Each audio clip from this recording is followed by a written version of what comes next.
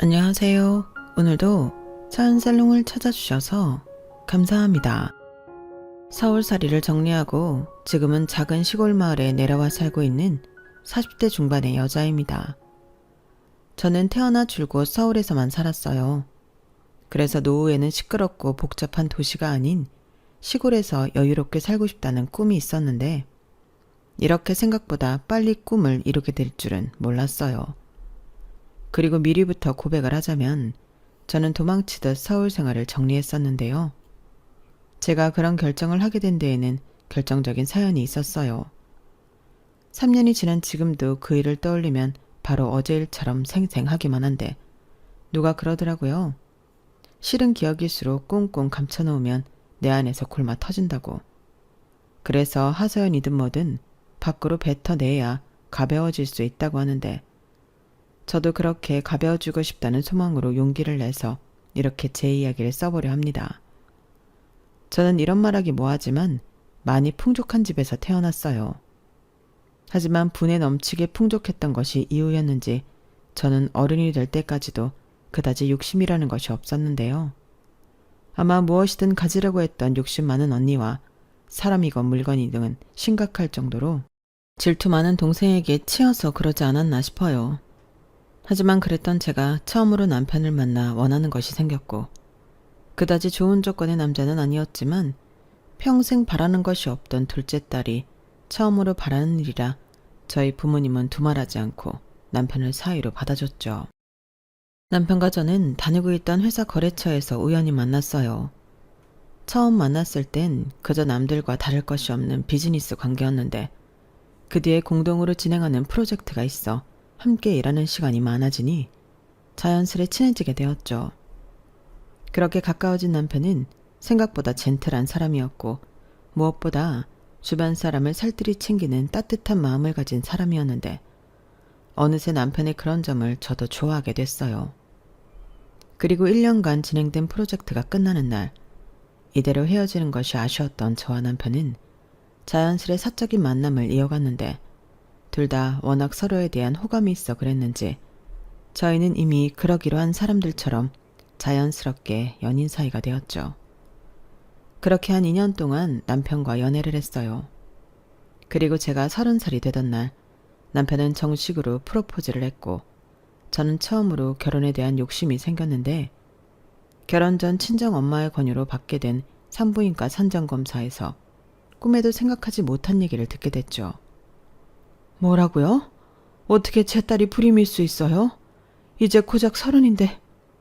선생님, 검사 결과가 잘못된 건 아닌가요? 우리 딸 이제 곧 결혼하는데 불임이라뇨. 따님은 아무래도 선천적인 원인이 있는 것 같습니다. 평상시에도 생리불순이 심했고 자궁도 기형이라 시험관도 어려울 듯 싶습니다. 저는 제가 불임이라는 사실에 아무 말도 할 수 없었어요. 옆에서 자꾸만 어떡하냐고, 정말 다른 방법은 없는 거냐고. 친정엄마가 걱정스러운 호들갑을 떠셨지만 제기엔 아무런 말도 들리지 않았거든요. 아마 저 역시도 그만큼 충격이 컸었나 봐요. 그도 그럴 게 남편은 3대 독자였고 상견례 때 다른 건 몰라도 남편과 예비 시부모님도 아이는 최대한 빨리, 그것도 많이 낳았으면 좋겠다고 하셨는데 저는 전혀 그렇게 해줄 수 있는 사람이 아니었던 거죠. 그나마 결혼 전에 미리 알게 돼서 이 결혼을 그만두는 것이 서로에게 맞다는 생각을 하게 됐는데 사랑하는 남편과 불임으로 헤어질 생각을 하니 너무 억울하고 분해서 눈물이 멈추지 않았어요. 그만 울어. 난 헤어질 생각 없는데 왜 자꾸 그래? 그래도 내가 몰랐으면 몰랐지. 어떻게 자기랑 결혼을 해. 나는 괜찮아. 물론 아쉽긴 하지만 어쩔 수 없지. 그래도 안 될 것 같아. 자기도 자기만 자기 부모님한테 내가 어떻게 며느리 되겠다고 그래. 자식이 더 있으신 분들도 아닌데. 그런 건 걱정하지 마. 내가 알아서 할게. 그러니까 수정이 너는 예정대로 우리 결혼 준비해. 나 못 믿어? 그야 믿지만. 그럼 됐어. 우리 결혼해서 애 없어도 행복하게 살자. 그럼 됐지? 안 그래? 남편은 참 고맙게도 그렇게 저의 마음의 짐을 덜어줬어요. 그리고 이 사실을 알게 된 저희 친정 부모님은 고맙고 미안하다며 신혼집도 대신 장만해 주시고 남편과 시아버님의 차도 바꿔주셨는데요. 남편과 시부모님은 저희 아빠의 통 큰 혼수에 그저 고맙다고 연신 허리를 굽히셨어요. 장인어른, 이렇게까지 하지 않으셔도 되는데 제가 이걸 다 받아도 될지 모르겠어요. 저희 아버지 차까지 바꿔주시고 제가 너무 받기만 해서 염치가 없습니다. 염치는 무슨, 가족끼리 그런 말 하는 거 아니야. 그리고 나야말로 너무 고마워서 그러지. 자네한테도 고맙지만 자네 부모님에겐 더 고마워. 자식이라고는 자네 하는데 얼마나 손자를 기다리셨겠는가. 그런데도 괜찮다고 하시다니 나야말로 염치가 없지. 아닙니다. 수정이가 얼마나 저희 부모님에게 잘하는데요. 아마 수정이가 예쁘셔서 괜찮다고 하셨을 거예요. 그러니 장인어른도 이젠 정말 그런 생각 안 하셔도 됩니다. 그래? 그렇다면 정말 다행이네. 세상엔 돈으로 살 수 없는 것들이 많은데 우리 수정이가 복이 많아서 자네 같은 남편이랑 좋은 시부모님을 만났어. 부족한 딸이지만 잘 부탁하네. 별 말씀을. 오히려 제가 수정이랑 장인 장모님께 잘 보여야죠. 제 주제에 어떻게 수정이 같은 아내를 얻겠어요. 제가 지금은 비록 가진 것도 없고 능력도 부족하지만 꼭 장인어른 부끄럽지 않은 사이가 되겠습니다. 수정이 행복하게 해줄게요. 저는 그렇게 결혼을 했어요. 이미 언니는 많이 가진 집에 돈도 잘 버는 사업가 형부를 만나 시집을 갔기에 친척들 사이에서 다소 제 결혼이 비교가 되긴 했지만 저는 저희 아빠가 말씀하신 대로 돈으로 살 수 없는 넓은 마음을 가진 집에 시집을 가는 것이니 제가 꿀리는 결혼을 하는 거라고 생각하지 않았어요. 그만큼 정말 잘 살 자신이 있었고 실제로도 남편과 큰 문제 없이 아이 없이도 15년 넘게 결혼 생활을 이어갔고 그 사이 질투 많은 동생이 언니처럼 내놓으라는 집안에 그것도 변호사 매자와 결혼을 하니 저도 모르게 조금씩 현실적인 비교가 되었는데 저희 남편은 저와 결혼할 때도 과장이었고 15년이 지났어도 계속 직책에 오르지 않는 만년 과장이었어요. 저 역시도 직장 생활을 하고 있었기에 저렇게 오랜 근무를 했는데도 진급을 하지 못한다는 것이 도무지 이해가 되지 않았는데 차마 왜 그렇게 승진을 못하냐고 물을 수는 없더라고요. 괜히 형부와 매제랑 비교하는 것 같았고 가진 거라고는 성실함과 자존심밖에 없는 남편인데 그걸 건드리면 지금까지 잘 살아온 결혼 생활에 금이 갈 것 같은 생각이 들었거든요. 그리고 내심 제가 다니는 회사는 규모가 나날이 커지는데 남편이 다니는 회사는 거의 제자리 걸음이니 연봉에도 영향이 있을 수 있겠다며 이해하려 했고 그러던 중 부쩍 야근이 잦고 피곤해하는 남편이 위태롭게 보였어요. 자기야, 살이 더 빠진 것 같은데 요즘 너무 무리하는 거 아니야? 몸도 신경 써야지. 아니야, 요즘 회사에서 일이 바빠서 그래. 그러게, 원래 자기네 회사가 그렇게 야근이 많은 회사가 아닌데 요즘 무슨 일 있어? 휴일에도 자꾸 출근하고 그런데도 월급은 그대로니 이건 좀 아닌 것 같은데? 내가 전에 말했잖아. 우리 회사가 요즘 휘청휘청한다고. 그래서 그만둔 사람이 많아서 그래. 이번에 새로 사람들 좀 들어오면 괜찮아질 거야. 다른 사람들은 애들도 있고 주말에 나오기가 힘들다고 하니까 당신한테는 미안하지만 내가 자꾸 나가게 되네. 저는 순간 아무 말도 할 수 없었어요. 아무리 결혼한 지 15년이 지났어도 아이에겐 여전히 태어날 수 없었죠. 그렇다고 남편과 시부모님이 직접적인 스트레스를 준 적은 단 한 번도 없었는데 괜히 저 혼자 찔려서 눈치를 봤던 것 같아요. 아무리 괜찮다고 해도 저 역시도 아이가 없다는 것이 속상했고 또 3대 독자집 대를 저 때문에 잊지 못한다는 것이 그때까지도 미안했거든요. 그래서 입양도 심각하게 고민했었는데 남편과 시부모님은 남매 핏줄을 데려와 키운다는 것이 그리 쉬운 일이 아니라며 단념하라 했고 가족들이 원하지 않는데 아이를 데려오면 그 아이도 저처럼 눈치 보며 살 것이 분명했기에 저 역시도 포기하게 되었죠.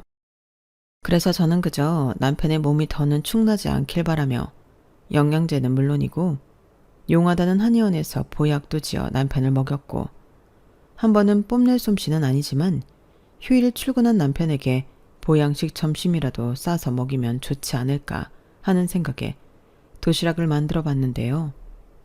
제 도시락에 놀라고 좋아할 남편을 생각하니 도시락을 만드는 내내 힘든 줄도 모르고 김밥부터 샌드위치까지 그렇게 3단 피크닉 도시락을 쌌어요. 그리고 몇 명이 더 있을지 모르지만 출근한 회사 사람들도 먹도록 별도의 도시락을 몇 개 더 쌌는데요. 그렇게 양손 무겁게 모처럼 남편의 회사를 찾았고 저는 결혼 전에 배웠던 경비 아저씨가 여전히 근무하시는 모습에 반가워 별도로 준비한 도시락 한 개를 건네며 남편을 보러 왔다고 했는데 정말 의외의 대답이 돌아왔어요. 아니, 목 부장님이 이 회사 그만둔 지 5년도 더 넘지 않았나? 뭔가 이상한데? 목 부장이요? 저희 남편 과장이잖아요. 그리고 그만두다뇨? 제가 그렇게 이직 얘기를 해도 무슨 애사심인지 전혀 그럴 마음 없다고 했는데. 에이, 아저씨, 다른 사람이랑 착각하신 거 아니세요? 예? 내가 그래도 이 회사 짬밥이 몇 년인데 다른 일반 사원은 몰라도 임원 간부는 다 알지. 게다가 그쪽 남편은 성도 몫이라 특이하잖아. 내가 모를 수가 없지. 부장 승진도 아마 입사 동기 중에서 제일 빨랐을걸. 듣기로는 어디 스카우트 큰 회사로 갔다는 것 같은데 와이프가 그것도 몰랐어? 네? 아니 그러니까요. 와이프인 제가 모를 리가 없잖아요. 이상하네. 그리고 오늘 회사에 출근한 사람 한 명도 없어. 알지 않아? 이 회사 주말 근무 없는 거. 나나 순찰하느라 휴일에 교대로 한 번씩 나오지. 이 회사가 그렇게 큰 회사는 아니지만 그거 하나 좋다고 하는데. 저는 경비 아저씨의 말에 망치로 머리를 3개 얻어맞은 것 같았어요. 그리고 곧바로 출근한 남편에게 전화를 걸었는데요. 이 남자는 무슨 일이 벌어졌는지도 모르고 태연하게 제 전화를 받더라고요. 여보, 나 지금 바쁜데 무슨 일이야? 당신 출근한 거 맞지? 그럼 아침에 나 출근한다고 당신이 배웅까지 해놓고 왜? 내가 당신한테 거짓말하고 어디 놀러라도 갔을까봐? 남편을 그렇게 못 믿냐? 그럼 혹시 나 몰래 이직했어? 나 지금 회사 앞이야. 근데 여기 경비 보시는 분이 자기 회사 옮긴 지 5년도 넘었다고 하더라. 게다가 과장이 아니고 부장이라고 하시던데? 그게 당신 지금 어디야? 도대체 지금 어디서 뭐 하고 있어? 자기야, 일단 진정해. 내가 집에 가서 다 설명할게. 그러니까 일단 집으로 가. 아니, 나 이직했다는 자기 회사로 갈 거야. 설마 출근한 것도 거짓말은 아니지? 저는 순간 남편의 그 어떤 말도 믿을 수 없었어요. 15년이나 같이 살았는데 승진한 것도 속이고 심지어 이직한 것도 속이는 남편이 세상 천지 어디 있겠어요. 가뜩이나 성실하고 심성 착한 것만 보고 남편과 살았던 저는 그 배신감이 정말 어마어마했었죠. 그런데요, 그때 느꼈던 배신감은 앞으로 저에게 닥쳐올 미래에 비하면 그야말로 새 발의 피였고 그 일을 시작으로 저는 완전히 다른 인생을 살게 됐는데 이 글을 쓰는 지금도 손끝이 마구 떨려오는 것 같네요. 남편은 끝내 전화로 그 어떤 말도 하지 않았어요. 그래서 어쩔 수 없이 남편을 저녁에 집에서 보게 되는데 집에 와서 남편이 하는 말을 들은 저는 그 어떤 것도 납득이 가지 않았어요. 일단 당신 속인 건 미안해. 돈이 필요해서 회사 옮기게 됐어. 근데 먼저 회사랑 크게 달라진 건 없어서 당신한테 말을 못했지. 그게 말이 돼? 일단 부장으로 승진한 건 왜 속였어? 그게 부모님이 빚이 좀 있는데 그걸 내가 갚아야 했거든. 당신이 알면 기분 나쁠 테니까 말 못한 거고 이직도 돈을 더 받을 수 있을 것 같아서 했는데 실상은 그렇지도 않아서 아무튼 정말 미안해. 그걸 나더러 믿으라고? 다 떠나서 어떻게 며칠도 아니고 몇 년을 속일 수 있어? 처음엔 속일 생각은 없었어. 단지 우리 집 일로 당신이 신경 쓰게 하고 싶지 않아서 그랬던 거야. 솔직히 월급은 당신이 나보다 더 많고 처갓집이 잘 사니까 내 월급 가지고 당신이 뭐라고 하지 않을 거라고 믿었거든. 지금 그게 중요한 게 아니잖아. 내 생각이 짧았어. 처음엔 이렇게 길게 당신이 소개될 줄은 몰랐는데 그게 타이밍을 한번 놓치니까 계속 말할 수가 없더라고. 정말 미안해. 이런 식으로 알게 된 것도 정말 미안해. 저에게 미안하다는 말만 연발하는 남편과 더는 대화할 수가 없었어요. 그리고 그걸 저에 대한 애정이라고 믿었던 저는 저 때문에 말도 못하고 수년 동안 소가리를 했을 남편을 더 이상 다그칠 수 없었는데 오히려 마음고생을 쓴 남편이 짠하다는 생각도 했었어요. 그래서 일단은 넘어가기로 했고 도대체 시댁에 빚이 얼마나 있길래 남편이 저런 고생을 했을까 생각하다 남편이 그럼 그동안 시댁에 돈을 어느 정도 보내고 있었는지 궁금하게 됐는데요. 의외로 남편에게 물을 것도 없이 서재를 정리하다 통장을 발견하면서 알게 됐어요. 그리고 그 금액에 놀랄 수밖에 없었는데 우연히 책상 서랍을 정리하다 누가 봐도 숨겨놓은 것 같은 책상 구석에서 통장 하나를 발견했고 그 통장엔 몇 년간 알지 못했던 남편의 진짜 급여가 찍혀 있더라고요. 저에게 만년 과장이라고 보여줬던 통장엔 세금 떼고 월 300만 원이 조금 넘게 찍혀 있었는데 남편의 현재 월급은 세금 떼고 600만 원이 넘었어요.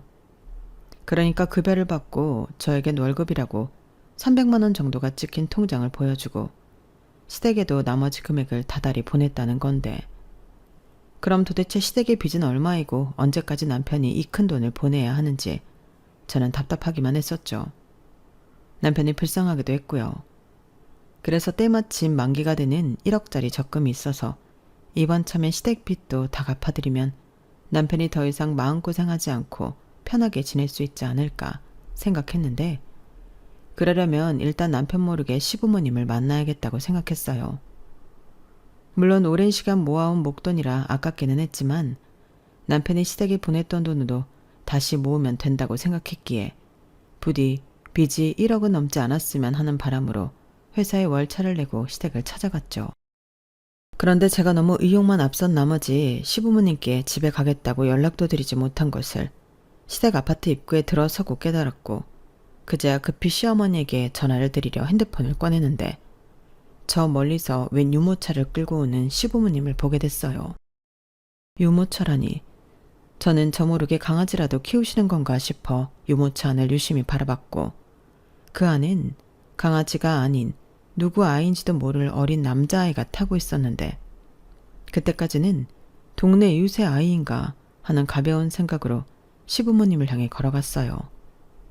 하지만 시부모님은 제가 왔을 거라는 것을 상상도 하지 못하셨는지 제가 근처까지 갔음에도 눈치채지 못하셨는데 그도 그럴 것이 무슨 얘기인지 모르지만 두 분이 아주 심각한 얼굴로 대화를 나누고 계셨어요. 그리고 자연스레 저는 그 대화를 듣게 됐고 남편에게 들은 그 어떤 거짓말보다 더 큰 충격에 하늘이 무너지는 것 같았는데요. 아니, 요즘은 조리원도 시설이 좋다고 하는데 왜 우리 집에서 몸조리를 하겠다는 거야?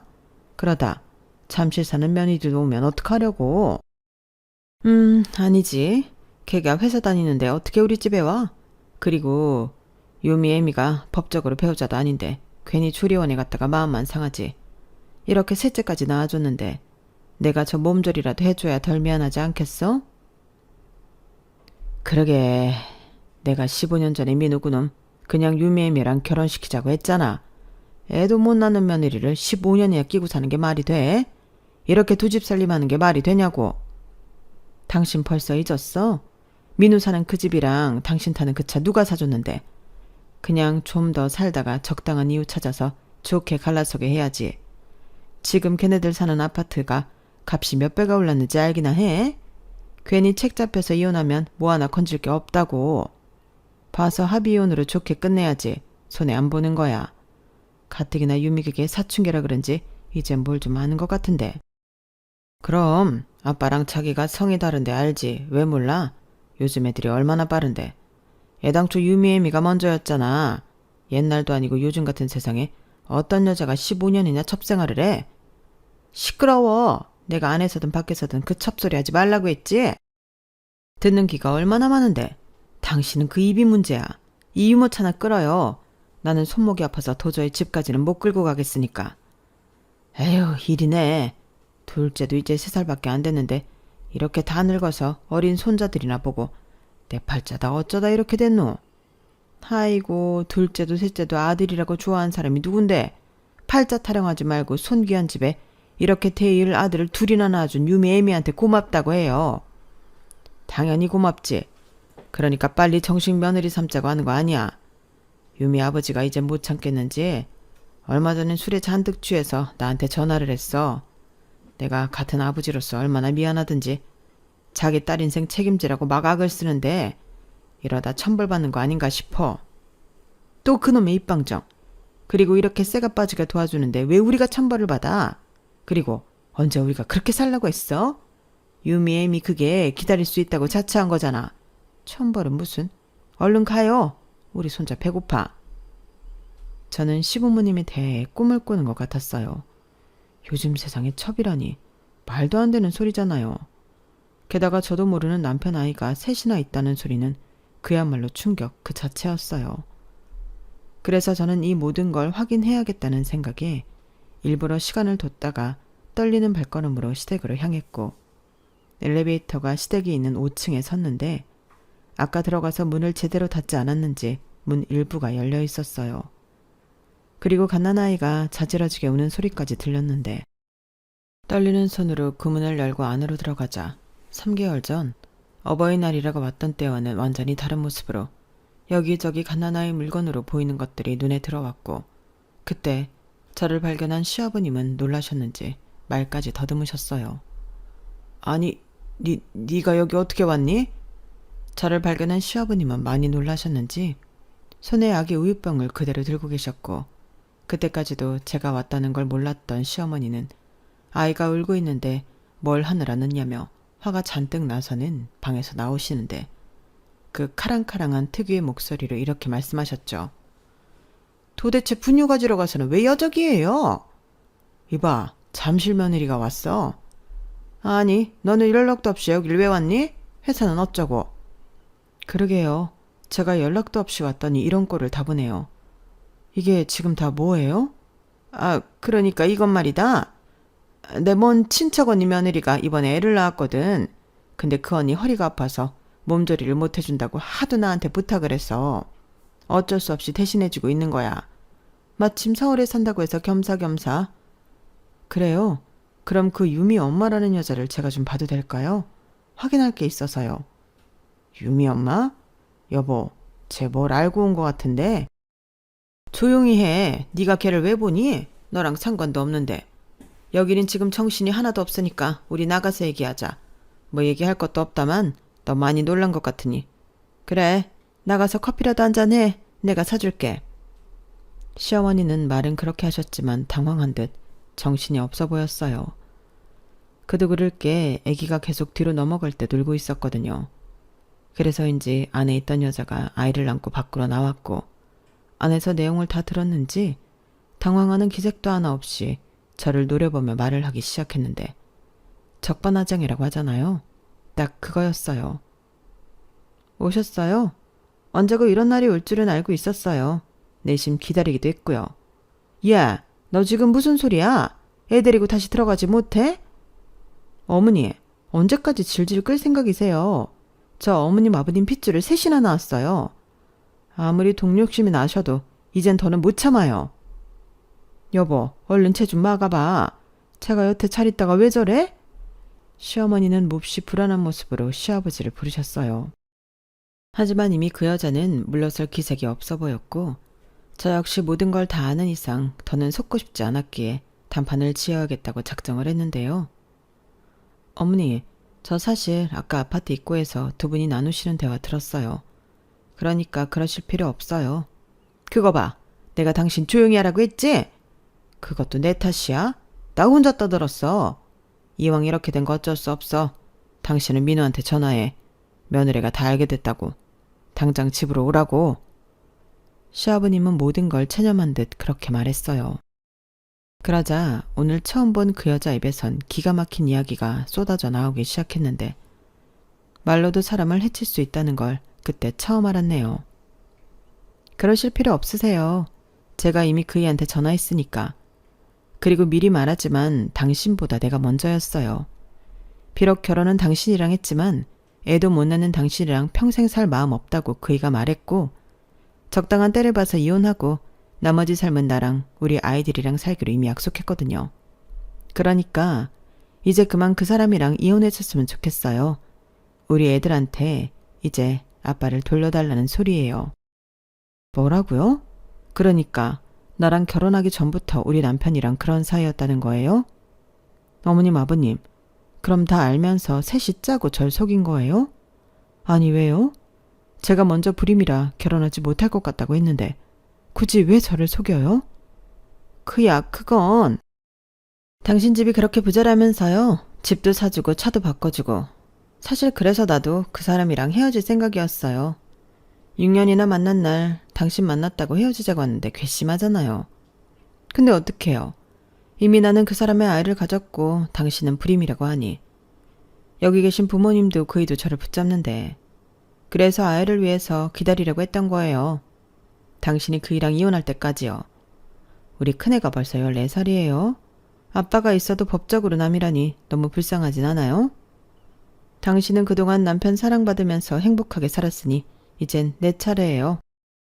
저는 그 여자의 입에서 나오는 말이 너무 충격적이라 목에서 말들이 나가지 않았어요. 그래서 그때 교복 입은 여자아이와 남편이 같이 들어오는데 남편의 얼굴을 보자마자 부하가 치밀어 올랐고 어디서 그런 힘이 났는지 남편의 얼굴에 사정없이 손을 갖다 붙였어요. 그러자 옆에 있던 여자애가 놀랐는지 아빠 괜찮아? 라고 말했고 지 엄마처럼 적을 죽일 듯 노려보는데 이런 말 한심하게 들리겠지만 남편을 많이 닮은 그 아이도 미워 보였어요. 그런데요.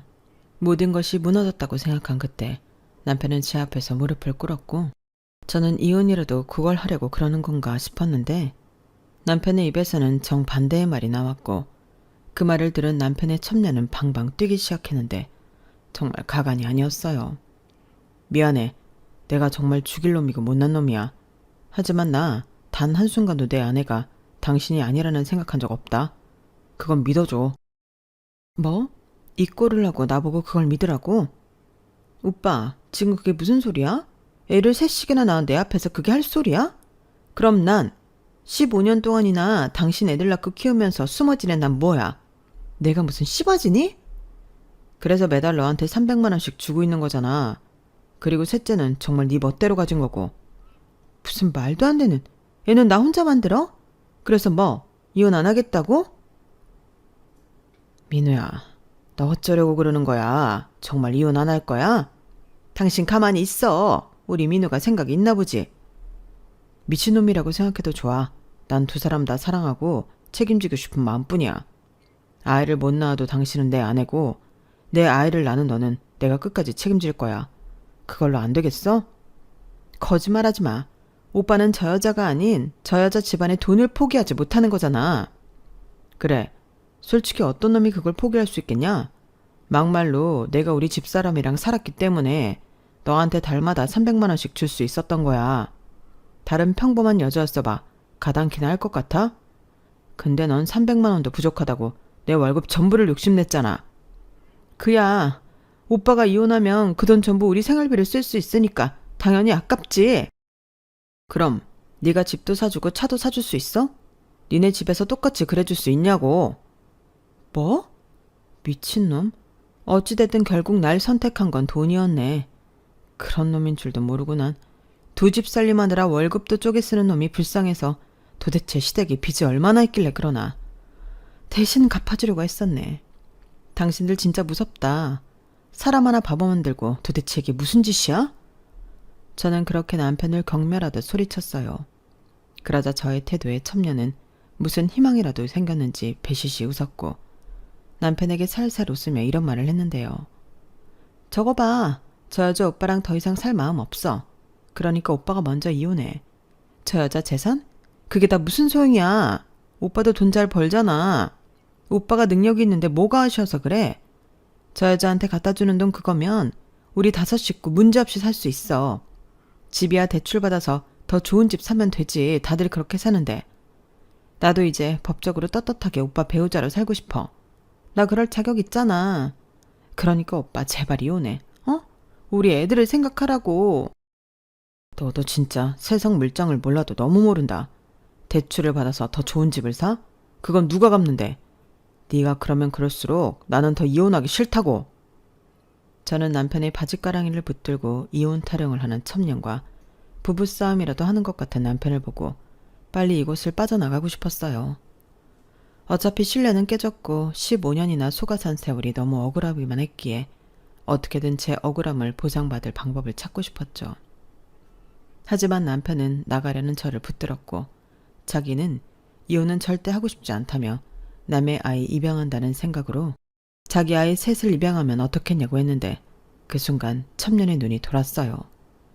그리고 품에 안은 아이가 위험해 보였는데 시아버지가 달려가 아이를 빼앗다시피 안으셨고 옆에서 시어머니는 가슴을 쓸어내리는데 첩년은 계속 무슨 짓을 할 것만 같았어요. 그러다 어떤 이유인지 남편이 쿵 하고 주저앉았고 괴로운 듯 배를 움켜잡더니 짧은 시간이었는데 정신을 잃더라고요. 사람이 하도 속으니 처음엔 쓰러진 남편을 보고도 저것 역시 연기가 아닐까 생각하기도 했어요. 하지만 아무리 봐도 남편은 정말 정신을 잃은 것 같았고 시부모님과 첩년은 놀라 호들갑을 떨었는데 이윽고 도착한 구급차에 실려 응급실에 간 남편은 정밀검사를 통해 최종적으로 췌장암 말기 판정을 받았어요. 의사 선생님은 법적 보호자인 저에게 이미 손 쓸 수 없을 정도로 암세포가 퍼져 수술은 의미가 없다고 했고 남은 시간이 별로 없다며 환자에게 잘 해주라는 소리를 하셨는데 기분이 정말 묘하더라고요. 슬프지도 기쁘지도 않았어요. 그리고 그동안 남편 몸이 자꾸만 마르고 안색이 좋지 않은 걸 잦은 야근과 주말에도 쉬지 못하는 탓이라 생각했는데 사실은 그게 병 때문이었다는 걸 그제야 알게 된 거죠. 하지만 이미 돌이킬 수 없는 선을 넘은 남편이기에 저는 그 어떤 행동도 하지 않았어요. 아직 저는 법적으로는 남편의 배우자였지만 마음으로는 남보다도 못한 사이가 됐으니까요. 그렇지만 저와는 달리 첩인 그 여자는 남편의 췌장암 말기 판정에 아주 난리가 아니었는데 무슨 심파 영화라도 찍는 주인공처럼 이게 뭐야. 나는 내내 당신만 기다렸는데 나랑은 제대로 살아보지도 못하고 어쩌다 그런 병에 걸렸어. 나랑 우리 애들은 어떡하라고. 오빠 정신 좀 차려봐. 라며 병실에 누워있는 남편을 붙들고 오열을 했어요. 그러자 병원에 있는 사람들은 그 참 여자를 남편의 아내로 알았는지 딱하다는 듯 치근한 눈으로 바라봤고 저는 그 시선을 고스란히 느끼며 아이가 없었는데 문득 그런 생각이 들었어요. 제가 이렇게 아이 없이 이혼을 하면 저 여자가 바라던 대로 되는 걸 텐데 이런 말 냉정하게 들릴 수 있겠지만 어차피 얼마 남지 않은 남편 저대로 보내는 것도 손해볼 건 없겠다는 생각이 들더라고요. 네, 어쩌면 저도 제정신이 아니었던 것 같아요. 죽어서도 남편이란 이름으로 저 남자가 평생 저를 쫓아다닐 텐데 그럼에도 불구하고 저 여자가 원하는 대로는 해주고 싶지 않았으니 이제와 생각하면 저도 똑같은 사람이 아니었나 싶네요. 하지만 저는 그게 제가 할 수 있는 첫 번째 복수라고 생각했어요. 그래서 이혼은 하지 않고 상간녀 소송만 걸었고 남편의 월급 통장도 모두 챙겨 더는 그 여자에게 한 푼도 가지 않게 했는데 저희 아빠가 최근에도 남편의 차를 바꿔줬거든요. 그 명의도 제 앞으로 돌려놨어요. 그렇게 저는 남편의 병원은 가지 않고 할 수 있는 모든 걸 다 했고 뒤늦게 그 첩인 여자는 저희 집에 들이닥쳐 이제 시간이 얼마 남지 않았으니 서둘러 이혼을 하라며 그리고 어떡하든 위자료는 챙겨줄 테니 상간녀 소송도 취하하라고 저를 채근하는데 저는 콧방귀도 끼지 않았어요. 어차피 그쪽은 우리 오빠한테 5만 정 다 떨어졌잖아요. 그런데 왜 이혼을 안 해요? 그쪽도 들었잖아요. 그 사람이 저랑 이혼하고 싶지 않다고 한 말. 어차피 그 사람 벌받아 살 시간도 얼마 남지 않았는데 그 소원이라도 들어주려고요. 뭐예요? 당신 일부러 그러는 거지? 나 엿먹이려고. 나랑 우리 애들 끝까지 오빠 가족으로 인정받지 못하게. 맞아요. 그동안 속은 시간도 억울한데 내가 왜 그렇게까지 해야 하죠? 내 친정에 돈 많은 거 안다고 했죠. 두고 봐요. 난 상간녀 소송뿐만 아니라 그 사람 죽고 나면 니들이 나 속인 거 다 묶어서 피해 보상으로 고소할 거야. 그쪽이 가져갈 수 있는 건 한 푼도 없어. 오히려 내 남편이 그동안 생활비로 갖다 바친 거 다시 토해내야 할걸? 그러니 각오 단단히 해. 미리 변호사라도 선임하든가. 과연 네 편을 들어줄 변호사가 있기는 할까? 저는 그렇게 눈에 쌍심지를 켜고 첨년에게 말했어요. 그러자 얻은 것도 없이 겁만 잔뜩 집어먹은 첨년은 자기 남편을 사랑한 죄밖에 없다는 망언을 하고 내 집에서 나갔는데 어찌나 허탈하던지 웃음이 다 나왔어요. 그리고 한때는 행복하다고 생각한 저의 결혼 생활이 떠올라 눈물이 핑 돌았는데 더는 남편과 살았던 이 집에서 살 수 없겠더라고요. 그래서 무작정 짐을 싸고 친정으로 갔어요. 그리고 아무것도 모른 채 사위가 췌장암에 걸렸다고 이곳저곳 수술이라도 가능한 병원을 찾고 계신 부모님에게 15년 동안 제가 속아온 이야기를 모두 해드렸는데 두 분도 충격이 컸는지 그 넓은 친정집에 무거운 침묵만 흘렀어요. 그리고 이윽고 저희 엄마는 저를 품에 안아주시며 괜찮다고 저를 위로해 주셨는데 애써 버텨왔던 마음이 엄마의 품속에서는 와르르 무너지더라고요. 그 후 저희 집은 비상이 걸렸어요. 온 식구가 모여 제가 당한 억울함을 풀기 위해 머리를 맞대기 시작했죠. 우선 매제가 변호사였기에 모든 법적인 절차는 매제가 맡기로 했고 발이 넓은 사업가 형부는 규모는 동네 슈퍼만큼 작았지만 그래도 직원 5명을 두고 운영하는 시부모님의 공장을 회생 불가능하게 하겠다며 저에게 약속을 했는데 죽음을 코앞에 둔 그 사람을 생각하니 그렇게까지 하는 것이 맞나? 마음이 괴로웠어요. 하지만 저희 가족은 오랜 시간 저를 기만한 그들을 봐줄 수 없다며 이를 갈았고 남편을 참 예뻐했던 저희 아빠는 그런 복수보다도 병원에 가서 한바탕 난리를 치고 오셨는데 다행인지 뭔지 남편은 의식이 돌아와 그 첩인 여자의 병간호를 받고 있다고 하더라고요. 그리고 시아버지로부터 아이들은 죄가 없으니 호적이라도 올리게 지금이라도 합의이혼을 하던지 아니면 아이들을 저희 호적에 올려달라고 요구하라 하셨다는데 이 와중에도 그런 말을 하는 시아버지에게 저희 아빠는 절대 원하는 대로 되지 않을 거라고 큰 소리를 치고 오셨대요. 제가 불임이어도 괜찮다고 하더니 사실은 저렇게 핏줄에 연연하는 사람이었던 거죠. 차라리 처음부터 솔직했다면 서로가 이런 바닥을 보진 않아도 됐을 텐데 그저 그들의 욕심에 놀아났다는 생각에 저는 아무리 마음을 독하게 먹어도 씁쓸하기만 했고 무엇보다 속아서 보낸 세월이 그저 억울하기만 했는데 그렇게 힘든 사개월을 끝으로 남편은 결국 아무것도 매듭짓지 못하고 세상을 떠났어요. 듣기로 마지막으로 남편이 저를 찾는 것 같다고 했지만 차마 그 사람의 마지막을 지켜봐주고 싶진 않더라고요. 그저 그간의 잘못을 그런 식으로 용서해주고 싶지 않았어요. 죽음이 면죄부가 될 순 없으니까요. 그 후 남편의 장례가 시작됐어요. 3일 내내 이미 멀어질 대로 멀어진 시부모님은 아이들만이라도 호적에 올려야 한다며 저를 괴롭혔고 저희 친정가족들은 그런 시부모님과 팽팽하게 맞섰는데 주변의 시선 때문인지 첨녀는 코빼기도 보이지 않더군요. 그렇게 대단한 사랑이라고 노래를 하더니 결국 상간녀 소송으로 자기한테 피해가 갈까와 아이 셋을 시댁에 그대로 두고 야반 도주하던 모습을 감췄는데 아마도 남편이 죽으면 자기한테 얼마간의 보험금이나 퇴직금 같은 돈이 주어질 수도 있다는 생각을 했었던 것 같아요. 보험사나 남편 회사의 사실혼 관계도 보험금이나 퇴직금, 그 밖에 연금 같은 걸 수령할 수 있냐고 문의를 했다고 하더라고요. 결국 자기 앞에 돈 한 푼 떨어지지 않는다는 사실에 자기가 낳은 자식까지 버리고 간 첩은 15년이나 불륜을 저지르고 남편의 월급을 15년이나 저한테 받아간 것들이 증거로 인정돼서 상간녀 소송으로 평균적인 보상금을 넘어선 1억을 저에게 지급하게 됐어요. 물론 그 여자가 1억을 갖고 있을 턱이 없기에 앞으로 경제적 활동이나 재산 축적은 꿈도 꾸지 못하게 할 생각으로 진행한 소송이었죠.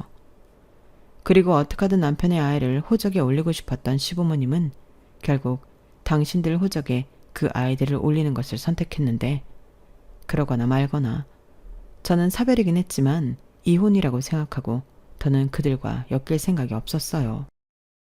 게다가 형부와 매제라고 하여금 시부모님과 첨녀는 앞으로 살 길이 막막해지자 각자 저를 찾아와 살려달라고 빌기 시작했는데 저는 눈 하나 깜빡이지 않고 그들을 외면한 채 그대로 서울 생활을 정리했어요. 그리고 지금 살고 있는 곳으로 거주지를 옮겼죠. 처음엔 그냥 조금 머물렀다 가려고 했던 곳이었는데 이곳에서 마음의 치료를 받다 보니 다른 곳은 가고 싶지 않아졌고 그렇게 저희 두 번째 터전이 되어버렸어요. 아직은 뚜렷한 직업은 없지만 이곳에서 이것저것 새로운 도전들을 하며 바라던 여유를 갖고 생활하다 보니 그 지독한 마음의 상처도 아물어 가더라고요. 원래 상처라는 것이 사람을 성장하게 한다고 하잖아요. 그래서인지 저는 지금의 제가 썩 나쁘지 않아요. 비록 남편에게 속아서 보낸 세월은 돌아오지 않겠지만 앞으로 제가 살아갈 미래는 예전보다 훨씬 값지고 행복할 것이기에 저는 이제 과거가 아닌 미래를 향해 앞으로 나아가려 합니다. 이제야 비로소 알 것 같아요. 제가 원하는 보상은 사실 저의 잃어버린 행복한 시간을 되찾는 것이라는 걸요. 그리고 지금은 강한 확신이 들어요. 그런 행복한 시간을 이미 저는 살고 있거든요. 원래 인간은 경험으로 배우는 동물이잖아요. 저는 제가 앞으로 어떤 걸 배워갈지 매일매일이 설레고 기다려져요. 여러분들은 인생에 어떤 경험을 갖고 계신가요? 부디 그 경험이 여러분들을 행복하게 성장시켜주는 좋은 영양제가 되었으면 좋겠습니다. 지금까지 저희 이야기 들어주셔서 정말 감사드려요. 덕분에 많은 걸 비우고 또 채웠습니다. 오늘의 이 시간도 저에겐 값진 경험이 될 것 같아요. 항상 건강하시고 행복하시길 바랄게요. 여러분, 사연 댓글에 응원과 현명한 조언 부탁드려요. 좋아요와 구독은 저에게 큰 힘이 됩니다. 오늘도 좋은 하루 되세요.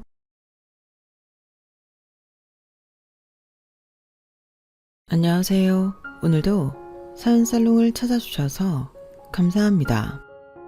저는 얼마 전 제 배 아파서 나온 것도 아닌 애한테 시달리던 생활을 청산했던 사람입니다. 그 애는 바로 제 남편이에요. 남들은 농담 반 진담 반으로 남편더러 큰아들이라고 부르곤 하는데 저는 단 1%의 농담도 없이 남편을 아들 취급해왔어요. 농담 따위를 할 여유가 없을 정도로 골칫덩이인 애를 키우고 있었거든요. 심지어 남편은 저보다 한 살이 많은데도 말입니다. 그런 인간과 15년이나 결혼 생활을 해오면서 그간 얼마나 말도 안 되는 일들이 있었는지, 그리고 그 말도 안 되는 생활을 제가 어떻게 때려쳤는지 말씀드릴게요. 남편과 저는 애초에 일로 만나던 사이였어요. 제가 근무하고 있는 마트 유통회사에 일하던 남편이 자주 들렀거든요. 처음엔 저런 사람이 존재하는구나 정도로만 안면이 튀어 있었는데 우연히 몇 번 대화를 했다가 서로 잘 통하는 면이 있다는 걸 알게 된 후로는 급속도로 사이가 가까워졌죠. 서로 결혼 정년기인 사이에 만났으니 연애부터 결혼까지 자연스럽게 이어졌고 양가 가족들과도 원만한 관계를 유지해왔어요.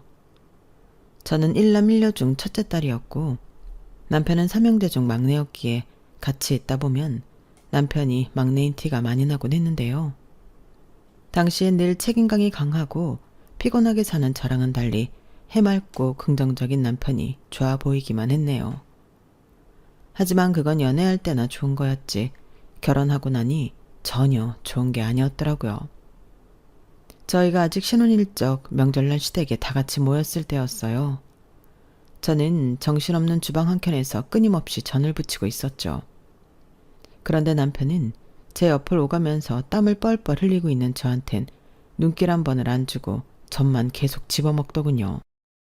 아주버님들은 무거운 걸 옮겨주기도 하고 형님들을 한 번씩 도와주시는데 남편은 TV에 정신이 팔려 낄낄거리거나 있고 말이에요. 저는 화가 나서 속이 부글거렸지만 식사가 마칠 때까지 티를 내진 않았는데요. 식사를 다 마친 후 디저트로 제가 배를 깎았는데 하필 그날따라 너무 과즙이 많은 배였는지 과즙이 눈에 튀고 만 거예요. 제가 본능적으로 얼굴을 찌푸렸는데 눈이 너무 따가워 표정 관리가 안 됐어요. 그런데 갑자기 옆에 있던 남편이 깔깔거리며 웃는 겁니다. 하하! 표정 엄청 웃기네.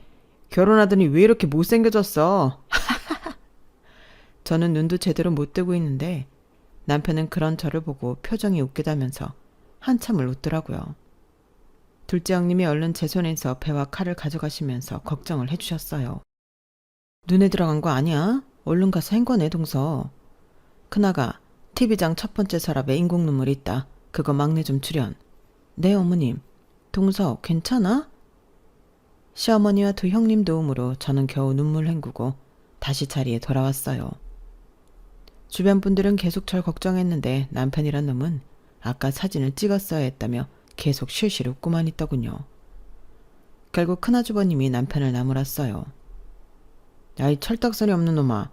재수씨가 칼 들고 눈을 다쳤는데 네가 인공눈물도 가져다 주고 헹궈주기도 했어야지. 뭐가 웃기다고 그러고 있냐? 사람이 다친 게 웃겨? 그게 다친 거면 당연히 그랬지. 뭘 이런 걸 가지고 그렇게 심각하게 굴어. 한쪽 눈 뜬 거 보고 한 거야. 결혼한 지 얼마나 됐다고 벌써부터 마누라한테 그런 식으로 굴면 못 쓴다. 네 형들 하는 것 좀 보고 배워. 누뚱이라고 우냐우냐 키운 내 잘못이지. 에휴. 시댁 식구들이 한 소리씩 해도 들은 척도 안 하며 웃기만 하는 남편을 보고 저는 그 자리에서는 화를 참았어요. 하지만 집으로 돌아온 뒤 일주일 동안 밥도 안 차려주고 남편이 있는 쪽은 쳐다보지도 않았죠. 남편은 처음엔 별것도 아닌 걸로 삐지냐며 시덥잖은 농담 따먹긴 하다가 제가 버럭 화를 내니 자기가 빠지더군요. 그러더니 일주일쯤 지나고 나서야 제가 정말로 화가 났다는 걸 알았다며 진지하게 사과를 해왔어요. 그래도 진지하게 사과하는 모습에 저는 그때는 넘어가 주었는데요. 얼마 지나지 않아 저는 임신을 하게 되었어요. 결혼한 지 1년도 되지 않아서 임신을 한 거였죠. 시댁에서도 친정에서도 모두가 진심으로 축하해 주었고 특히 두 아주버님과 형님은 예전에 쓰던 육아용품이라며 저희한테 이것저것 많은 것을 물려주었어요. 그 중에서는 육아에 대해 배울 수 있는 서적도 꽤 많았죠. 시어머니가 남편더러 임신한 마누라 시키지 말고 혼자 다차에 옮기라고 하니 남편은 무거운 육아 서적을 전부 골라내며 말하더군요. 아이, 이런 거 무겁기만 하지. 나는 이런 거 필요 없어. 형, 이거 다시 가져가. 까불지 말고 가져가라. 이거 열심히 봐도 잘할까 말까야. 애 키우는 게 쉬운 줄 알아? 어려울 건 또 뭐야. 애가 우는 건 똥오줌 쌌을 때, 배고플 때, 졸릴 때 셋 중 하나 아니야? 그거 세 개만 계속해주면 애 키우는 거야 뭐 금방이지. 그게 말처럼 쉬운 줄 아냐? 허튼 소리 말고 지금 시간 있을 때 배워놔. 남자 새끼가 이 정도 책도 못 들어서 그딴 소리 나냐? 그렇다기보다는 참나. 알았어. 보긴 볼게. 진우 너 건성으로 하지 말고 형들 말 좀 들어라. 네가 애를 잘못 키울수록 마누라 고생시키는 거다. 어? 내가 어려서부터 조카들 잘 놀아줬잖아. 걱정 붙들어 매엄마. 시어머니가 잔소리를 하셔도 남편은 천하태평이었죠. 집에 와서도 제가 육아사적을 같이 보자고 할 때마다 본인이 조카들을 얼마나 잘 봐줬는 줄 아라며 큰소리치다가 결국 또 몇 번 화를 낸 뒤에야 책 보는 신용을 했어요. 그렇게 큰소리 떵떵 치는 거에 반만큼이라도 했다면 저도 화를 내지 않았을 거예요.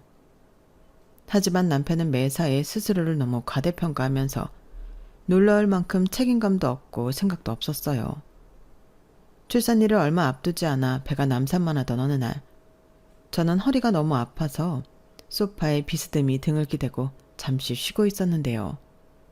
며칠째 컨디션이 너무 안 좋아 시어머니가 저녁에 잠시 들렀다 가기로 해서 시어머니가 오실 때까지만 눈을 붙이려고 했어요. 그런데 갑자기 핸드폰을 보면서 실실 웃던 남편이 제 옆에 다가와 제 배를 북치듯이 파고 두드리며 노는 거예요. 쉬고 있던 제가 깜짝 놀라서 남편의 손을 세게 쳐냈죠. 뭐 하는 거야? 가뜩이나 힘들어 죽겠는데 왜 아프게 해? 아, 깜짝이야. 내가 뭐 주먹으로 친 것도 아닌데 뭐가 아파? 안에 애가 들어있는데 그럼 안 아파? 그냥 살짝 치는 신용만 한 게 아니라 방금 진짜로 때렸잖아. 애가 들어있는 배를. 당신 지금 제정신이야? 뭘 또 내가 때렸다고 그래. 그냥 좀 친 거 가지고. 여기 배 봐, 빨개졌잖아. 당신 애 베고 힘들어서 누워있는 와이프한테 이게 할 짓이야? 어쩜 그렇게 생각이 없어. 당신이 애야? 남편은 제 말에 그냥 장난 좀 친 거 가지고 예민하게 군다며 궁시렁거리더니 안방으로 들어가 버렸어요. 당시 제가 임신 중이라 예민한 거 맞았지만 장난으로 넘어가기엔 남편이 너무 세게 쳤었어요. 배가 온통 남편 손자국으로 빨개질 정도로요. 얼룩덜룩한 배를 보자 철딱서니 없는 남편 때문에 갑자기 서러움이 밀려와 눈물이 다 나더군요. 제가 울고 있던 그때 시어머니가 집에 도착을 하셨어요. 그리고 시어머니는 누가 봐도 운 티가 나는 절 보고 무슨 일이라며 놀라서 물어보셨죠. 자초지종을 들은 시어머니는 곧바로 남편의 등짝을 사정없이 때리셨습니다. 야, 이 정신없는 놈아. 마누라가 애배고 힘들어서 누워있으면 팔다리나 주물러 줄 것이지. 거기 가서 배를 치고 앉아있어? 어? 아, 엄마는 왜 이 사람 말만 듣고 때려? 나는 장난이었다고. 부부 사이에 장난도 못 쳐? 여기 얘 배 좀 봐라, 빨간 거. 이게 장난이야? 네 마누라랑 태어나지도 않은 애 때린 게 장난이냐고. 어쩜 이렇게 처리 안 될까? 다음 달에 애 아빠가 된다는 놈이 너 한 번만 더 이딴 짓 저지르게만 해봐. 어? 아, 알았다고. 알았어. 그만 좀 때려. 시어머니가 남편을 호되게 혼내시며 당장 저한테 사과하라고 호통을 치시자 남편은 겨우 저에게 미안하다고 사과를 했어요. 시어머니 덕분에 그날 일은 그대로 넘어갈 수 있었죠. 남편은 그 뒤로도 시댁 식구들에게 한동안 잔소리를 듣더니 출산 전까지는 제 주변에 오면 전보다 조심하는 모습을 보이긴 하더군요. 첫째를 출산한 뒤 저는 모든 어머니들이 그렇듯 몸을 풀자마자 눈코 뜰 새 없이 핏덩이를 키우느라 정신이 없었어요. 하지만 몇 개월도 되지 않아 또 임신을 하고 말았죠. 출산한 지 얼마 안 되어 바로 임신을 하자 이번엔 친정도 시댁도 모두 축하보단 걱정을 먼저 하시더군요. 저 역시 너무나 피깜깜하기 마찬가지였죠. 하지만 이미 생긴 아이인 걸 어쩌겠어요. 저는 첫째 돌잔치를 치르자마자 둘째를 출산했고 갓난아이 둘을 키우느라 직장도 포기할 수밖에 없었습니다. 다행히 시어머니와 친정엄마가 많이 도와주셔서 애 둘을 키울 수 있었는데요. 두 분과 달리 남편은 애가 생기기 전과 다름없이 집안일이나 육아는 나 몰라라 하고 살고 있었어요. 하루는 친정엄마와 둘이 하루 종일 애를 돌보는데 남편이 평소보다 이른 시간에 집에 들어온 겁니다. 왜 이렇게 일찍 들어왔어? 아, 오늘 원래 대전에 다녀오려고 했었는데 날짜가 다음 주로 변경됐어. 원래 오늘 일정 그거 하나였는데 갑자기 시간이 붕 떠버려서 그냥 PC방에서 게임 좀 하다가 들어온 거야. 남편의 말에 저희 엄마가 눈빛이 매서워지셨죠. PC방? 일이 빨리 끝났으면 와서 애 보고 도와줄 생각은 안 하고 PC방에서 놀다가 왔다는 거야? 엄마의 말에 남편은 당황해서 우물쭈물거리며 대답을 했어요. 아니, 그게 아니라 그게 어차피 남는 시간이어서요. 선아는 그럼 시간이 남아 돌아서 애를 둘이나 혼자 키우고 집안일까지 한단 말이야? 내가 1년 넘게 여기 와서 애 봐주는 동안 자네가 설거지 하나, 아니 양말 한 짝을 혼자 개놓는 꼴을 못 봤네. 저번 달부터는 선아한테 도시락까지 싸달라고 했다며?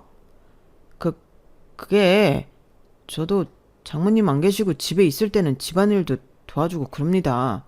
뭘 도와줬는데? 저번 주에는 음식물 쓰레기도 갖다 버렸고 빨래도 빨래통에 넣고요. 지금 그걸 도와줬다고 말하는 거야? 엄마의 싸늘한 말에 남편은 기가 죽어 더 이상 아무 말도 하지 못했어요. 저는 엄마를 진정시키고 남편이 그래도 일찍 들어왔으니 먼저 들어가시라고 했죠. 남편은 눈치를 보다가 외투를 입는 엄마한테 다가갔어요. 저 장모님 태워다 드릴까요? 됐네. 애를 낳기만 하면 다야? 아빠가 됐으면 책임감 있게 키울 줄도 알아야지. 그것도 아니면 적어도 자네 몫의 일은 자네가 알아서 해야 할 것 아닌가? 뭐? 빨래를 빨래통에 넣으나? 대가 어이가 없어서. 엄마는 남편을 매몰차게 뿌리치고는 현관문을 쾅 닫으며 나가버렸어요. 그 뒤로 며칠 동안 기가 죽어있던 남편은 주말에도 친구들과의 술 약속을 취소하고 얌전히 육아를 돕더군요. 시어머니가 놀라서 무슨 일이 있었냐고 물어보실 정도였죠. 2주에 한 번씩 엄마가 오시니 남편은 전처럼 또 놀러 다닐 생각을 하며 긴장이 풀어지다가도 다시 2주마다 기강이 잡혀 육아를 돕곤 했습니다. 그렇게 시간은 정신없이 흘러갔어요. 시간이 흘러 두 아이가 유치원을 가기 시작하자 저는 드디어 인생이 조금 여유로워졌구나 싶었어요. 그동안 부족했던 잠도 많이 자고 미뤄두기만 했던 대청소도 했죠. 그렇게 약 3, 4개월의 여유를 즐기던 저는 다시 큰애 때문에 바빠질 수밖에 없었어요. 절 괴롭힌 큰애는 제 첫째 딸이 아닌 남편이었습니다. 정확히는 어느 날 퇴근하는 남편 품에 안겨있는 주먹만한 강아지였죠. 갑자기 웬 강아지를 안고 왔어? 설마 키우려는 건 아니지? 누가 잠깐 맡긴 거지? 이렇게 작은 강아지를 누가 맡겨? 내가 데리고 왔어. 이름은 뽀삐야. 출장 갔다가 유기견 분양하는 데 있지. 그런 곳을 들렀는데 이런 피덩이가 있는 거야. 진짜 거기 있는 강아지 중에 제일 어리고 작더라니까. 그래서 지금 그걸 키우겠다는 거야? 애들 키우고도 정신없어 죽겠는데 무슨 강아지야. 당장 다시 가서 분양 취소하고 와. 애들은 이제 다 유치원 가는데 뭐가 정신이 없어. 이렇게 조그만 애 키우는데 무슨 노력이 든다고. 그럼 당신이 책임지고 키우든가. 어떻게 강아지를 데리고 오면서 나랑은 아무런 상의도 안 하고 무턱대로 데려올 생각을 해? 거기 있는 유기견들 다 당신같이 아무 생각 없이 강아지 분양했다가 마음 바꾼 사람들이 버린 개들이야. 얘도 생명인데 어떻게 그렇게 충동적으로 데려올 생각을 하냐고. 아우, 이제 막 데려오기만 한 거야. 하루도 안 지났는데 내가 무책임한지 아닌지 당신이 어떻게 알아? 내가 잘 키우면 되잖아. 내가 아침 저녁으로 밥도 채워놓고 물도 채워 넣을게. 됐어? 아침에 내가 산책시키고 퇴근하고 산책 또 시키면 되잖아. 남편이 버럭 짜증을 냈지만 저는 남편이 한 말 중 단 한마디도 진심일 거라고 믿질 않았어요. 아니나 다를까 한 달도 안 되어서 강아지를 키우는 건 오롯이 제 몫이 되고 말았죠. 속이 부글부글거렸지만 주먹만한 강아지한테 무슨 잘못이 있나요? 남편처럼 책임감 없는 남자와 결혼을 한 제 잘못이죠. 제가 강아지 배변 훈련을 키우고 아프면 병원에 데려가고 약을 먹이려고 씨름하는 동안 남편은 강아지 배변 패드 한 번도 갈지 않으면서 강아지랑 사진을 찍거나 자기 심심할 때만 산책을 하는 등 본인 편한 것만 골라서 해댔습니다. 1년 넘게 그렇게 지내던 어느 날 아이들 육아 스트레스와 강아지 육아 스트레스가 한 번에 몰려온 저는 결국 남편에게 뽀삐의 배변 패드를 집어 던져버렸고 그 뒤로 남편은 본인 용돈으로 강아지 유치원을 등록하고 강아지를 맡기게 되었어요. 그렇게 세월이 또 지났어요. 저희 아이들이 초등학생이 될 정도로 다 큰 뒤로는 애들이 어찌나 싸우던지요. 연년생인데다가 남매이다 보니까 하루가 멀다 하고 절 찾더군요. 누나가 혹은 동생이 이런저런 짓을 저질렀다고 고자질한다고요.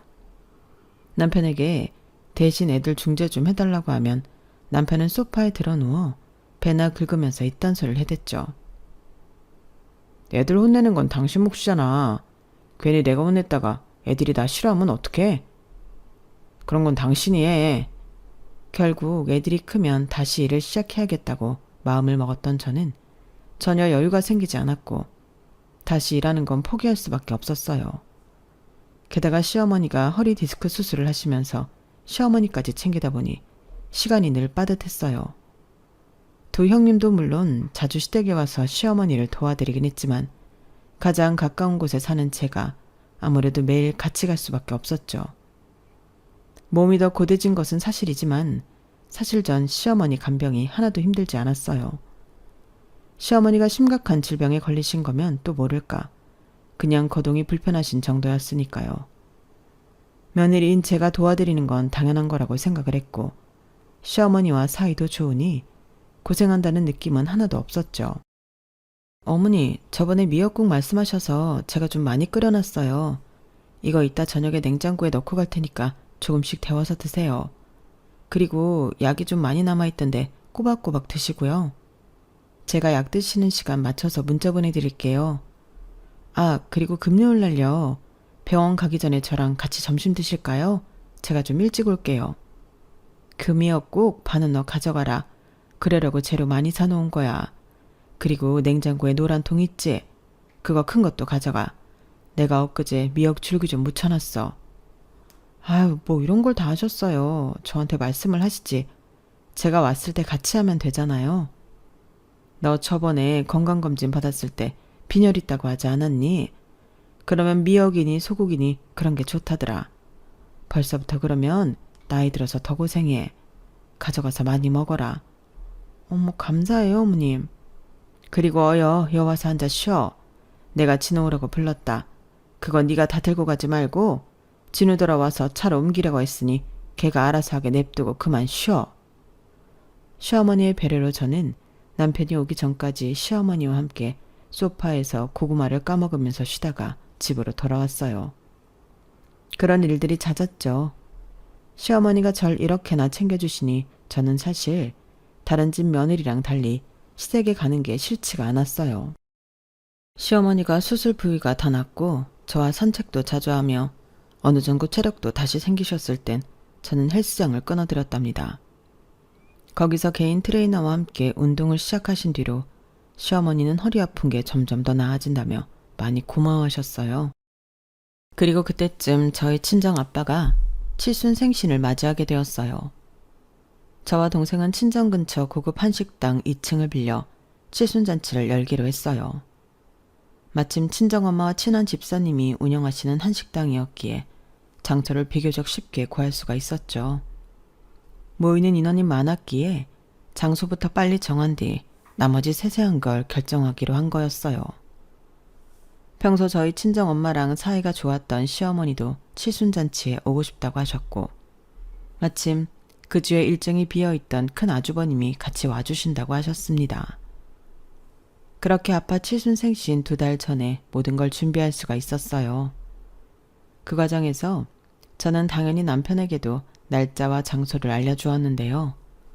저희 아이들마저 그주 주말에는 친구들과 약속을 잡지 않았을 정도로 온 가족이 그날을 알고 있었어요.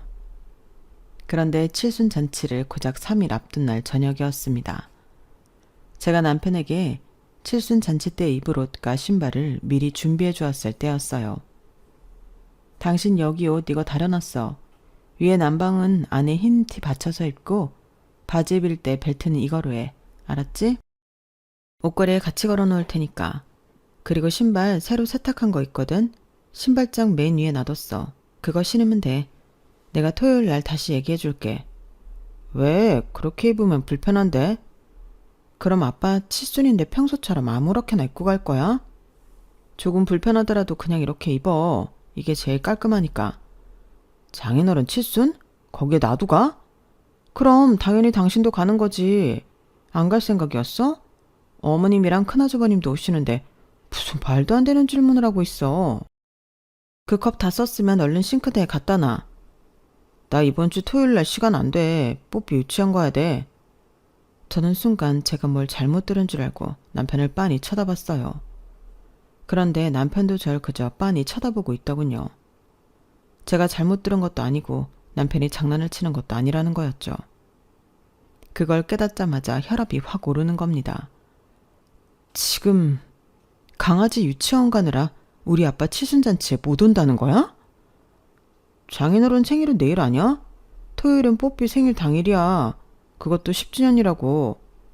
내일이 생일이면 생일잔치도 내일 하든가. 왜 날짜를 겹쳐서 잡아? 세상 천지에 칠순잔치를 평일날 하는 사람이 어딨어. 강아지 생신잔치를 뭐 얼마나 성대하게 하겠다고 장인어른 칠순을 놓치겠다는 거야. 제발 말 같지도 않은 소리 좀 하지 마. 당신은 너무 뽀삐한테 관심이 없어. 애가 태어나자마자 고아가 되는데 어쩜 그렇게 매정해? 그렇게 불쌍한 애 데려다가 당신이 대체 뭘 얼마나 잘 키웠는데. 걔가 아플 때 병원을 한번 데려가 보기로 했어. 훈련이나 제대로 시키기로 했어. 하다못해 걔 약이라도 당신 손으로 먹인 적 있어? 산책도 일주일에 2-3번 꼴랑 시키지? 실질적으로 뽀삐 키우고 있는 건 나야. 뽀삐 생일이야. 맛있는 거 좀 먹이면 됐지. 그걸 지금 우리 아빠 칠순 생신이랑 비교하는 거야? 뽀삐 생신? 당신 지금 제정신이야? 아무리 우스갯소리라도 그렇지. 이미 유치원 사람들이랑 여행 가기로 했단 말이야. 그래도 1박 2일로 안 잡고 당일치기로만 잡았다고. 그래서 뭐 칭찬해달라는 거야 지금? 당신이 모자랬다고 그딴 소리라는 거야. 생일 파티도 맘대로 못 해주냐? 목이 다 나가도록 싸웠지만 남편은 의견을 굽히지 않았고 저는 아예 베란다에서 캐리어를 끌고 가 남편의 짐을 손이 잡히는 대로 구겨넣은 뒤 강아지랑 같이 집에서 내쫓아버렸어요. 캐리어에 담긴 물품도 사실 반 이상이 강아지 물품이었죠. 남편 짐은 뭘 넣었는지 기억도 안 나네요. 캐리어를 집어 던지며 남편을 현관 밖으로 밀쳐내자 남편은 자기도 질세라 자기가 여기 아니면 뭐 잘 데가 없는 줄 아냐면서 나가버렸어요. 한동안 남편이 나간 문을 시근덕대면서 바라보던 저는 겨우 화를 다시 누르고 방으로 들어왔죠. 남편은 큰 소리 떵떵 치면서 나가더니 다음날 저녁 바로 집으로 들어오려고 하더라고요. 하지만 이미 제가 현관문 비밀번호를 바꿔버려서 들어오지 못하자 괜히 현관문을 발로 퉁퉁 몇 번 차고 또 어디론가 가버렸죠. 다시 그 다음날 칠순잔치를 고작 하루 앞두고 있을 때 저는 남편에게 문자를 보냈어요. 칠순잔치가 열리는 장소와 시간을 알려준 거였죠. 그리고 오던지 말던지 알아서 하라고 뒷감당은 각오하라는 말을 덧붙였고요. 남편에게서 별다른 답장은 오지 않았어요. 그렇게 토요일 날이 되었습니다. 저는 사실 이미 남편과 이혼까지 각오하고 있는 상태였어요. 남편이 오지 않을 것 같았거든요. 가족들이 모두 모이는 중요한 날이니 남편 생각은 아예 하지 않고 저 혼자 아이들을 데리고 가서 아빠 칠순잔치에 참여했죠. 그리고 남편은 정말로 오지 않았습니다. 남편의 행방을 묻는 사람들에게 저는 남편이 업무차 지방에 가느라 오지 못했다고 대답할 뿐 그 외의 말은 일절하지 않았어요. 다만 저희 친정엄마가 뒤에서 조용히 물어보셨을 때 그리고 시어머니와 큰아주버님이 의아한 듯 여쭤보셨을 때는 그냥 안 온대요 라고만 대답했죠. 세 분 다 제가 말을 아끼는 모습에 더 질문하진 않았지만 표정이 많이 안 좋으셨어요. 점심시간에 맞춰 시작한 칠순잔치는 4시쯤 모두 정리가 되었어요. 칠순잔치가 끝난 뒤 저는 부모님을 먼저 집에 데려다 드리고 왔어요. 엄마는 집에 들어가기 전 저를 한번 쳐다보시면서 무슨 말을 하려다가 그냥 들어가셨습니다. 저는 그 순간엔 별말하지 않았어요. 이후 곧장 아이들을 집에 데려다 준 뒤 저는 망설임 없이 집에 있던 가장 큰 캐리어를 끌고 와 남아있던 남편과 뽀삐짐을 모두 꾸역꾸역 집어넣었어요. 그리고 전날 준비해 놓은 서류 봉투를 캐리어 앞에 박스 테이프를 둘둘 둘러붙였죠. 낑낑대며 캐리어를 끌면서 저는 당장 택시를 불러 남편이 여행을 갔다는 장소로 이동했어요. 가는 길에 시어머니한테 연락이 왔고 저희는 긴 이야기를 나누었습니다. 저는 정말 죄송하지만 그동안 참을 만큼 참았으니 남편과 이혼을 하겠다고 말씀드렸는데요. 시어머니는 잠시 침묵하시다가 땅이 꺼져라 깊은 한숨을 쉬시며 말씀하셨어요. 그래라. 앞으로는 나 병원 갈 때마다 오는 것도 그만둬. 이제는 진우 시킬 거니까. 내가 진작 이랬어야 하는데 미안하다. 앞으로는 그냥 눈 딱 감고 우리 집안일은 쳐다도 보지 말어. 정말이야. 네, 어머님. 어머님께는 너무 죄송해요. 아니다. 네가 그동안 고생해서 내가 미안하지. 진우 그놈은 이혼 당해도 싸. 나한테 마음 쓸 거 없어.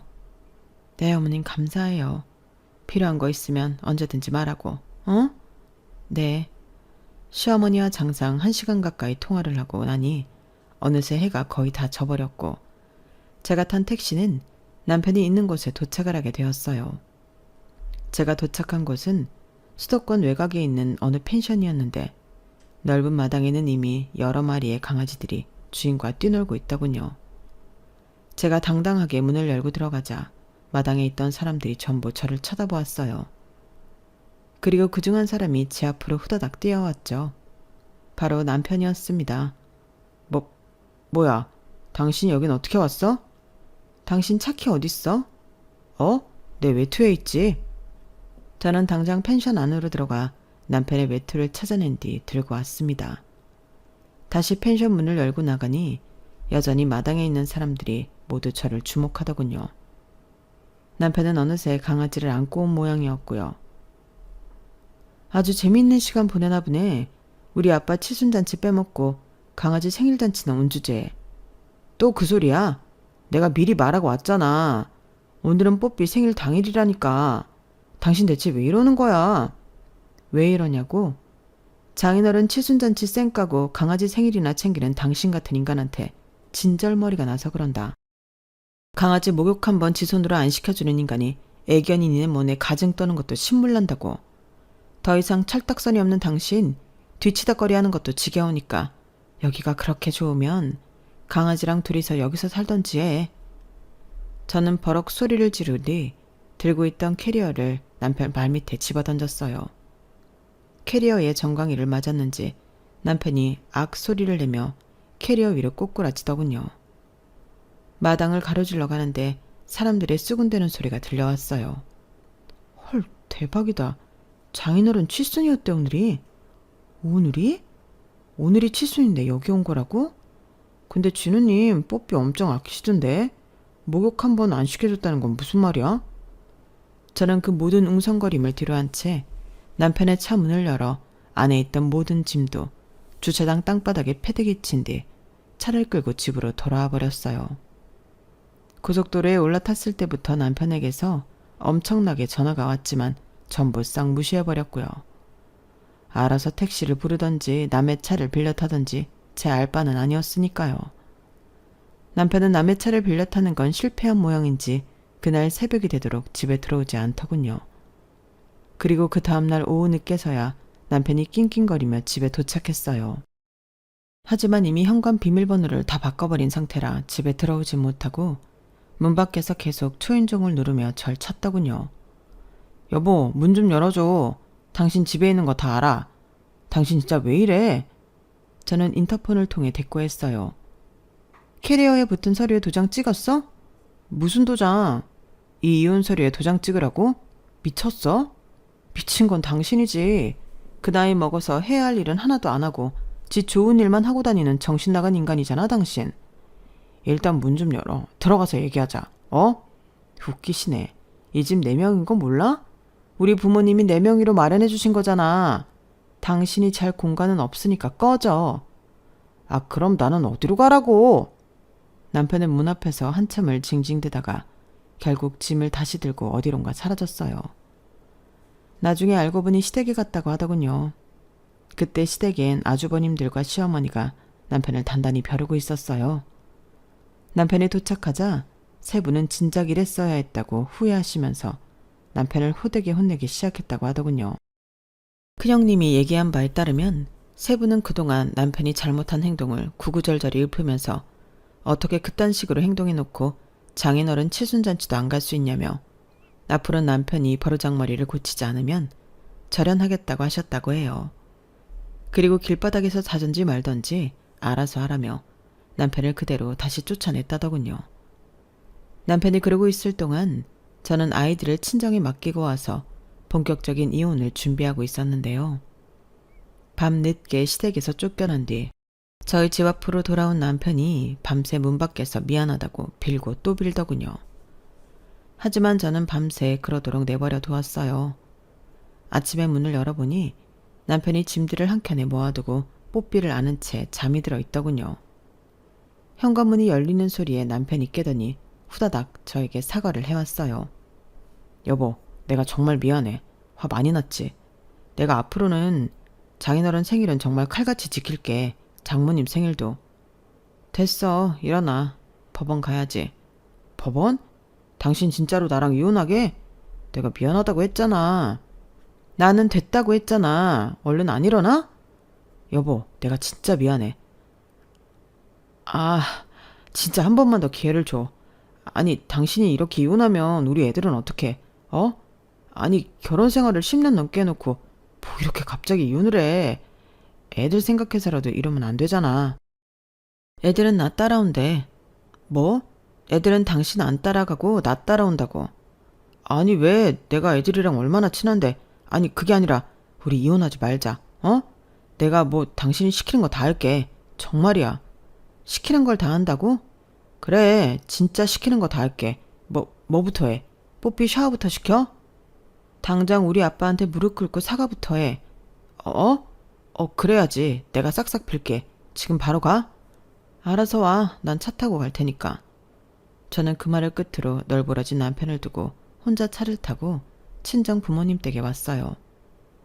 그리고 부모님께 그제서야 그동안의 일을 설명드렸죠. 사실 그때도 실제 벌어진 일보다 훨씬 순화시켜서 말씀을 드리긴 했어요. 방 안에 아이들이 있는데 너무 화를 내실까 봐요. 하지만 그럼에도 친정 부모님은 어마어마하게 화가 나셨어요. 2시간 조금 넘게 지나고 남편이 도착했을 때 저희 아빠는 당장 문을 열고 나가셨어요. 그리고 남편의 얼굴에 소금 바가지를 그대로 세게 뿌려버리셨죠.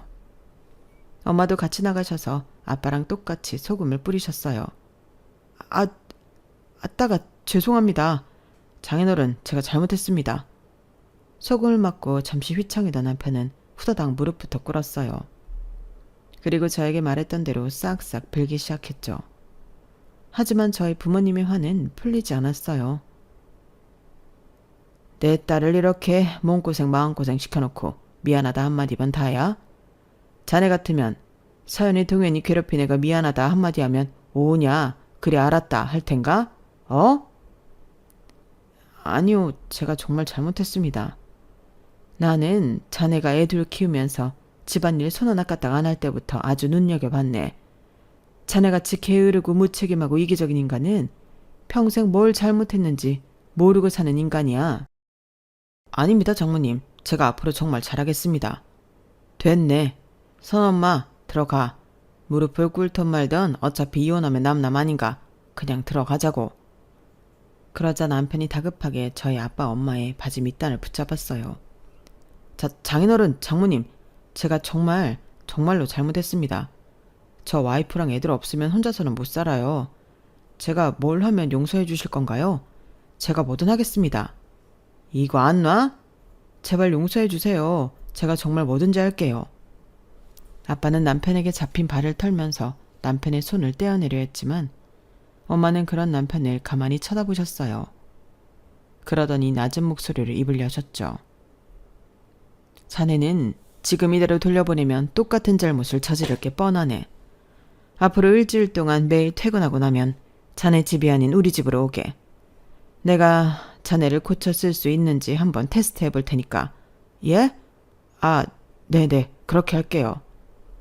선아, 나와봐라. 그동안 현관 바로 앞에서 이 모습을 보고 있던 저는 엄마의 부름에 얼른 엄마 옆으로 갔어요. 그러자 엄마는 절 보시면서 이렇게 물어보셨어요. 너 지금 당장 이혼할래? 아니면 네 남편 한번 고쳐 써볼래? 당신 진짜 고쳐줄 수 있어? 다 할 수 있어. 내가 하라는 대로 할게. 무조건 알겠다고 대답하는 남편을 보다가 저는 엄마한테 고쳐 써보겠다고 대답을 했어요. 그리고 남편은 정말로 그날 이후 일주일 동안 저희 친정 부모님 집에서 지냈답니다. 소식을 들은 시어머니는 저희 친정 엄마한테 전화를 하셨다고 해요. 한우 선물 세트를 보내시면서 이런 불상사를 일으켜 너무 죄송하다고 사과를 하셨다더군요.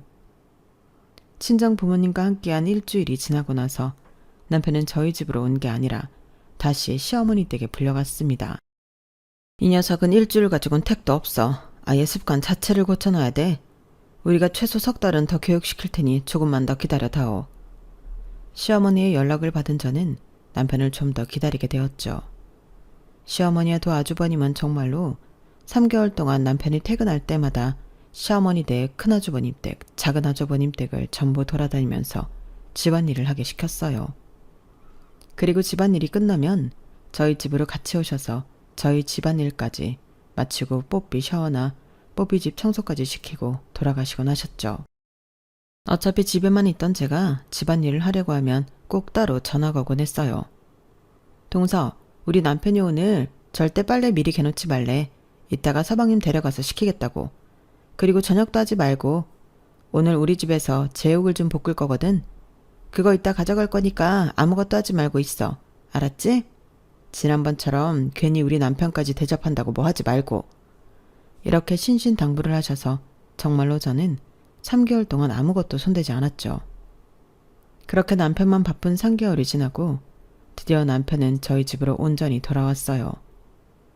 저는 남편이 돌아온 날 식탁에 남편을 불러다 앉혔죠. 자, 우리 이혼 서류야. 왜 또 이혼 얘기를 해요, 여보. 나 정말 많이 달라졌어. 진짜야. 나 이제 막 집에 제대로 붙어있게 됐는데 바로 이혼하자는 거야? 그럼 앞으로 이전처럼 돌아가지 않고 계속해서 책임감 있게 살 수 있어? 내가 그동안 너무 오랜 세월 철없이 살아서 당신이 잘못 믿고 있는 거 알아. 그런데 정말 한번 지켜봐봐. 내가 앞으로는 전처럼 행동하는 일 없을 거야. 정말이야.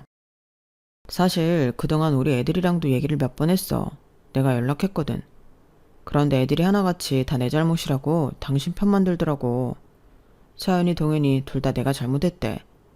애들까지 나한테 그렇게 말하는 거 보니까 내가 그동안 당신한테 얼마나 못나게 굴었는지 알겠더라고. 앞으로 애들한테도 당신한테도 못난 모습 안 보이고 살게. 정말 다른 모습 보여줄게. 나 한 번만 믿어줘. 남편의 간곡한 부탁에 저는 마지막으로 딱 한 번만 넘어가 주겠다고 얘기했어요. 그리고 이미 제 도장이 찍혀있는 이혼 서류는 일단 보관하고 있겠다고 했죠. 남편은 고개를 세차게 끄덕이며 알겠다고 했고 정말로 그날 이후로 달라진 모습을 보였습니다. 일단 퇴근하고 아무데나 옷을 훌러덩 벗어던지는 모습이 없어진 게 첫 번째로 달라진 모습이었고요. 그리고 퇴근 후에는 최소한 1개 이상의 집안일을 도와주곤 했어요. 주말에도 제가 요리를 하면 설거지와 청소는 자기가 맡아서 했고 장볼 때도 늘 따라 나오기 시작했습니다. 가장 큰 변화는 뽀삐를 도맡아 케어하기 시작했다는 거였어요. 강아지 유치원을 다른 곳으로 옮기게 되었는데 남편 말로는 제가 캐리어를 집어 던지는 걸 본 이후로 유치원 사람들이 본인에게 말을 안 걸고 뒤에서 쑥덕거리기만 한다더라고요. 몇몇 아주머니는 티나게 혀를 차면서 질 나쁜 견주라고 혼잣말하듯 흉을 보셨다더군요. 남한테 욕먹는 건 또 싫어하는 남편은 그 일 이후로 주눅이 들어 그 유치원은 못 가겠다고 자리를 옮긴 것이었죠. 저는 이 모든 변화가 언제까지 갈지 몰라 늘 마음속으로는 이혼 서류를 떠올리며 남편의 달라진 모습을 지켜보았습니다. 그렇게 지낸 지 이제 1년이 조금 넘었네요. 다른 건 몰라도 제가 남편을 제 자식처럼 챙기는 일은 그 1년 동안 없었어요. 드디어 그 지긋지긋하던 큰 아이와 이별을 하게 된 것이죠. 반년 전만 해도 저는 계속해서 달라진 남편을 믿지 못하고 경계심을 풀지 않으려고 했는데 지금은 저도 모르게 경계심이 많이 풀어졌어요. 남편과의 사이도 점점 더 좋아지는 중이고요. 이렇게 가정의 평화를 이룬 데에는 절 아껴주고 제 편을 들어준 다른 가족들의 힘이 컸다고 생각해요. 앞으로는 남편과 함께 다른 가족분들께 이 은혜를 갚아 나가며 살아가려고요. 앞으로 저희 가족에게 지금처럼 평화롭고 행복한 날들만 가득하길 바랄 뿐입니다. 여기까지 제 이야기를 들어주신 분들의 가정도 늘 평화롭길 바랍니다. 이야기를 들어주셔서 감사합니다. 여러분, 사연 댓글에 응원과 현명한 조언 부탁드려요. 좋아요와 구독은 저에게 큰 힘이 됩니다. 오늘도 좋은 일 가득하세요.